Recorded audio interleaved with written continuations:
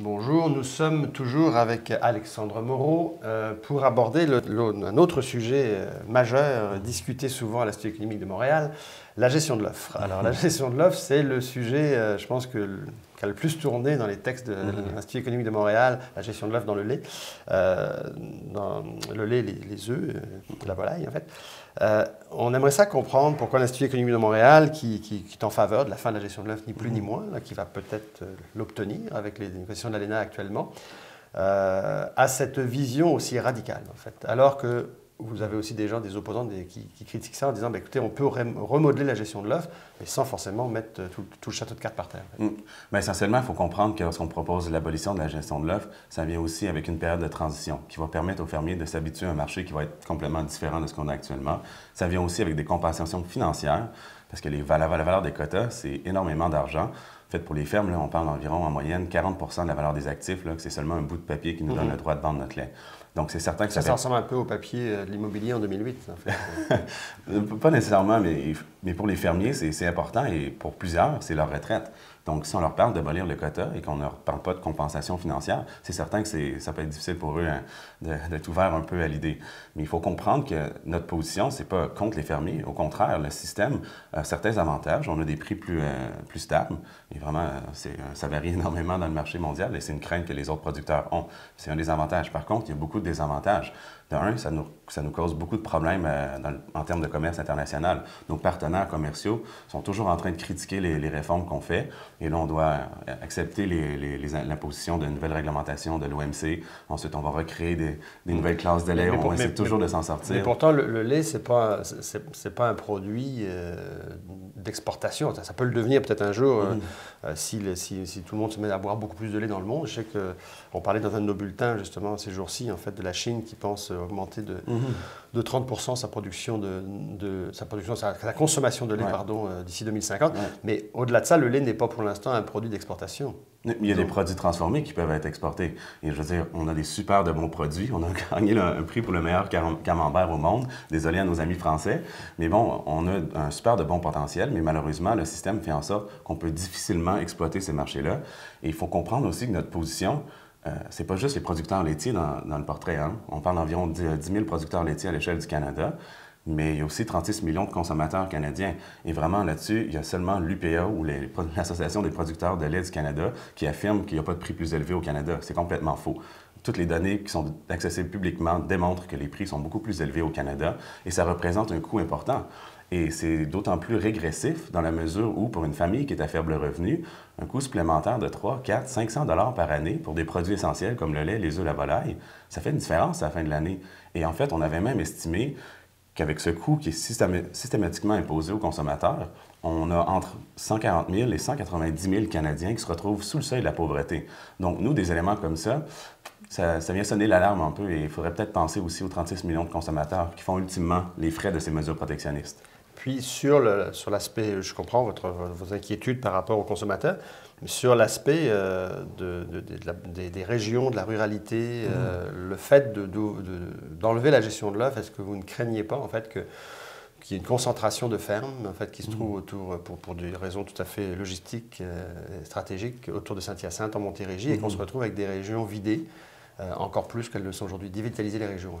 En fait, ce qui est intéressant de constater, c'est la comparaison entre, par exemple, les États-Unis, le Canada, la France ou d'autres pays. Lorsqu'on regarde la consolidation à travers le temps, on suit essentiellement le rythme des autres pays, même avec une gestion de l'offre. Et depuis le début, en fait, des années 70, on a perdu plus de 90 % de nos fermes avec le système. Donc, même cet élément-là, qui est souvent évoqué par les producteurs pour maintenir le système en place, n'a pas nécessairement les effets qu'on voudrait. Au mieux, on ralentit une tendance. Oui, c'est sûr que la dévitalisation, elle existe déjà, en partie. D'ailleurs, c'est pour ces raisons, je pense que l'UPA vient de relancer le mouvement Tous Ruraux. En fait, si on lance un mouvement Tous Ruraux, c'est parce que on manque de sensibilité envers la ruralité. Ouais. Mais il reste que c'est sûr que plusieurs experts vont vous amener l'idée, en fait, quand même, que tant qu'à perdre du monde dans les régions, on n'est peut-être pas obligé de les aider. Comme je vous dis, l'objectif n'est pas nécessairement atteint avec la gestion de l'offre. Et même, si on regarde la proportion des fermes sous gestion de l'offre avec les autres fermes, c'est environ 10 % aujourd'hui, mais c'est une pondération qui est demeurée constante dans le temps. Donc, les autres fermes se sont consolidées essentiellement au même rythme. Et ce qu'il faut comprendre aussi, c'est que la gestion de l'offre nuit à un nouveau modèle d'affaires qui veut émerger, le fameux circuit court. Hein? On veut une production à échelle humaine, qu'on parle beaucoup de ça. Mais le système est tellement contraignant, le système de quotas. D'un, c'est difficile d'entrer dans le marché parce que c'est des prix exorbitants. Et d'ailleurs, c'est le secteur où on voit le moins de relève de jeunes qui viennent de l'extérieur d'une famille agricole. Donc, ça nuit justement à développer des produits bio qui sont vendus directement aux consommateurs. Donc, si on veut revitaliser les régions, qu'on enlève les bâtons dans les roues des entrepreneurs qui veulent répondre à une demande et qui, essentiellement, ne sont pas en mesure d'y répondre parce qu'on a des réglementations. Donc, il y a d'autres choses à faire si on veut revitaliser les régions. Ouais. C'était d'ailleurs l'idée de la gestion de l'offre 2.0 de l'Union paysanne que Benoît Giroir avait lancé il y a quelques années avec le soutien de Jean Pronovo, Jean-Pierre Léger, etc. Et pour finir, en fait, au niveau des compensations, parce qu'en fait, oui, bon, mettons que ce soit votre idée qui passe le cap politique. Les compensations, c'est beau, mais en même temps, le fédéral avait promis des compensations pour les fromages européens qui arriveraient. On n'a pas vu grand-chose. Oui, il y a eu un investissement hier chez Bergeron, mais dans l'ensemble, les centaines de millions promises ne sont pas là. Il y a eu un programme d'investissement. Il y a eu un programme d'investissement. 250 millions. 250 millions, mais qui a été vite mangé en 24 heures. Exact. Et ça a essentiellement été redistribué là, de façon aléatoire. Là. Les fermiers devaient soumettre une demande de financement. Il y a peut-être 10 des producteurs qui ont réussi à avoir le programme. Et c'est complètement injuste de compenser les producteurs comme ça. Mais les producteurs, leur inquiétude, j'imagine, en fait, c'est de savoir si on parle de compensation, est-ce qu'il y aura réellement compensation? Puis c'est aussi de se dire, est-ce que, en fait, on n'enlève pas un système qu'on nous reproche, mais d'un autre côté, que finalement, dans d'autres pays, on se trouve à se faire aider pareil, parce que on parlait tout à l'heure, hors d'onde, d'une étude américaine, en fait, où on nous dit qu'il y a 35 $ l'hectolitre aux États-Unis qui seraient subventionnés. Donc, en fait, l'un dans l'autre, qu'est-ce qui est mieux? En fait, je ne sais pas combien de personnes ont pris le temps de lire les 588 pages de ce document-là, mais moi, j'ai pris le temps de le faire et vraiment, j'ai été sidéré de voir une étude où ils ont vraiment coupé les coins ronds. Je dirais essentiellement, c'est une firme de lobby qui a été financée par les producteurs de lait du Canada pour faire l'étude. Et lorsqu'on regarde leur méthodologie, essentiellement, ils nous disent que, étant donné que le secteur laitier, c'est 10 des revenus agricoles, 10 de l'ensemble des dépenses du département de l'agriculture américaine, qui a inclus la forêt, qui inclut les fameux food stamps, où c'est là on donne de l'argent à des gens pour essentiellement se nourrir lorsqu'ils sont à faible revenu. C'est des programmes sociaux, c'est plein de programmes qui n'ont rien à voir avec l'agriculture. Ils ont simplement multiplié le pourcentage des recettes agricoles avec les dépenses du USDA. Et en plus, c'est que dans leur pourcentage des récoltes des revenus agricoles, ils n'ont pas inclus les revenus de la forêt, alors qu'ils incluent les subventions attribuées au secteur de la forêt. Donc, vraiment, on a tout fait ce qui était possible de faire pour gonfler le chiffre. Et donc, je veux dire, partout, les gouvernements, il y a une espèce d'estimation qui est faite par l'OCDE et qui est reconnue par l'ensemble des gouvernements, c'est le soutien aux producteurs. Et lorsqu'on regarde cet élément-là, c'est une méthodologie qui est comparable partout à travers le monde. Je veux dire, au Canada, le soutien aux producteurs, qui ne vient pas directement du gouvernement sous forme de subvention, hein, c'est un soutien par des prix plus élevés. Ouais. On a un prix de soutien qui est fixé au-delà du prix du marché. Donc, on parle d'environ 45 des revenus bruts des fermiers, des producteurs laitiers, qui provient essentiellement de ces mesures de soutien. Aux États-Unis, on parle d'environ 10 et là, c'est des transferts directs du gouvernement vers les producteurs. Donc, c'est vraiment une grosse différence. Et le Canada est beaucoup plus subventionné, si on veut, que les producteurs américains. Et si on regarde en Europe, environ, on parle aussi d'un 10 et encore moins. Et dans des pays comme l'Australie, la Nouvelle-Zélande, même l'Argentine, si je ne me trompe pas, on est à 0 Donc, il y a moyen de s'en sortir sans subvention. Et cet argument-là est complètement faux. Je veux dire, selon l'OCDE, on est les plus supportés. Là. Je veux dire, il y a le Japon et la Norvège, c'est les deux exceptions, mais essentiellement, on est les plus supportés au monde. Alors, le débat sur la gestion de l'offre, sur l'ALENA, va se poursuivre dans les prochaines semaines encore et peut-être même jusqu'à l'automne. Maxime Bernier nous a dit, lui, que la gestion de l'offre, ça a achevé. Là, en fait. Je ne sais pas si vous avez les mêmes échos que lui. Là. Mais lui, il dit qu'avoir parlé avec des sénateurs républicains qui ont dit on ne se fera pas faire le coup de lait infiltré, on ne fera pas une classe 7 pour boucher les brèches, cette fois-ci, on enlève tout. Ouais, mais vous avez entendu ça aussi? Je n'ai pas vraiment entendu parler, mais je sais qu'il y a énormément de pression. Il faut comprendre que Trump a gagné ses élections avec beaucoup de soutien des producteurs, notamment au Wisconsin, où il y a beaucoup de producteurs laitiers. Et c'est eux qui se plaignent beaucoup des pratiques commerciales du Canada, qui sont déloyales d'ailleurs, selon l'OMC.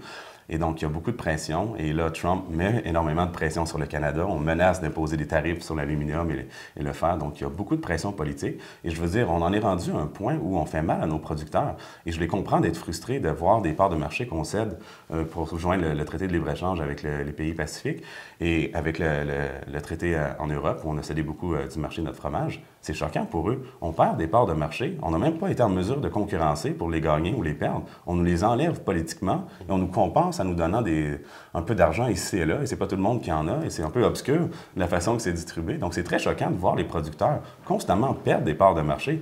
Est-ce qu'on peut les laisser concurrencer? Encore une fois, on a gagné des prix pour le meilleur camembert au monde. Donnons une chance à nos producteurs et à nos transformateurs de conquérir le marché. En fait, c'est peut-être les autres qui devraient avoir peur de nous. Alors, le débat du camembert, c'est un autre débat, dont on parlera plus tard. Mais pour ce qui est des débats, ils s'en viennent encore de gauche comme de droite, puisque l'Institut académique de Montréal, je pense, va être dans le débat public pour les prochaines élections. Roméo Bouchard, qui vient de sortir le livre « L'UPA, un monopole qui a fait son temps », a une vision plutôt à gauche, disons-le, mais a une vision de remodelage en fait, de l'agriculture. Ouais. Donc de gauche à droite, le débat est parti.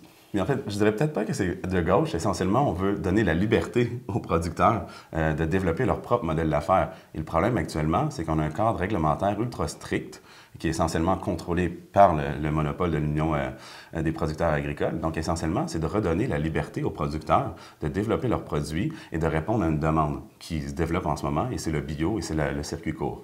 Donc, essentiellement, je trouve ça très libertarien à la limite comme position. On veut donner la liberté aux producteurs et c'est tout à fait légitime. Et je trouve que M. Bouchard a beaucoup de courage d'ailleurs d'affronter le monopole de l'UPA comme il l'a fait. Merci.